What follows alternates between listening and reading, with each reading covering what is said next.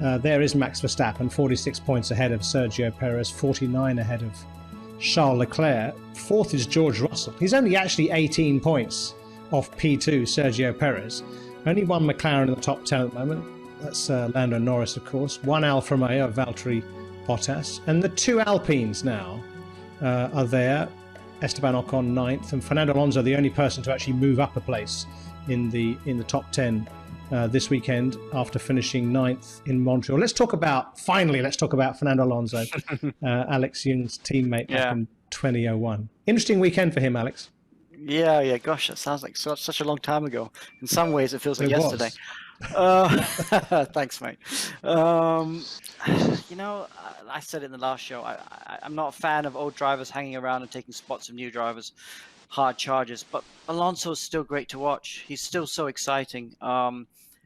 He's, is he as good as he still has that intensity. He's if we ignored his age and who he was completely, and we just took his results and his performances here, I'd be thinking I'm looking at a young driver. I'd be thinking I'm looking at a young driver who's just attacking the car so much, not getting the results. His teammate Ocon is leading him in the championship, has picked up the points.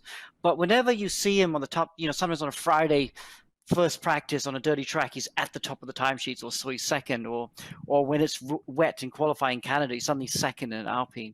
You see this sort of performances, you think, wow, this is the sort of performances of a young charger coming up. But then you realize, oh no, it's Fernando Alonso, and he's still great to watch. You get the sense when he drives that he's not interested in finishing 6th or 7th or 8th or 9th. He really would like to still try and win races. So you often see him doing counter strategies, attacking when he shouldn't, and sometimes that's why he gets these issues. Australia, when he was in the hunt for pole position, perhaps something went wrong with the car, but he crashed the car in qualifying. So he had a small issue with the car, and perhaps that led to the crash. Perhaps he was over pushing. So he's not getting the results this year. He's behind his teammates, but gosh, I can't stop watching him. He's really exciting to watch. And I hope he stays in Formula One. He's got a few more years left in him, I think.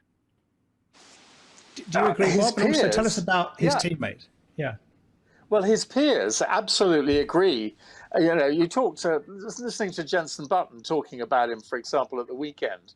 Absolutely, they thoroughly agree with Alex. He's a young guy who's still throwing the car into the corners, really having a go every single time. And I think that's the great thing about Fernando. He's 40 years old. Lewis Hamilton's beginning to think, am I going to go on for another 5-6 years? Like Fernando, and how much further can Fernando go? He's a fantastic guy.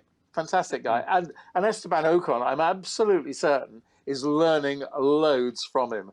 And Ocon is an interesting driver, interesting guy. Certainly a very capable man as well. I think they're a good pair, actually, good couple of drivers. And you can rely on them when they've got the right machinery and they're good at sorting out that machinery as well. I think there'll be more regular front runners. Remember, nobody else uses the Renault engine or Alpine engine, whichever you like to call it. So they're a little bit out on a limb. Perhaps they'd like to share it with somebody else. And an interesting point, their third driver, Oscar Piastri, Otmar Zafnauer said at the weekend that Oscar Piastri will be racing in Formula One next year. Surely not with Alpine. Surely they're going to carry on with those two drivers. So he's going to pop up somewhere else.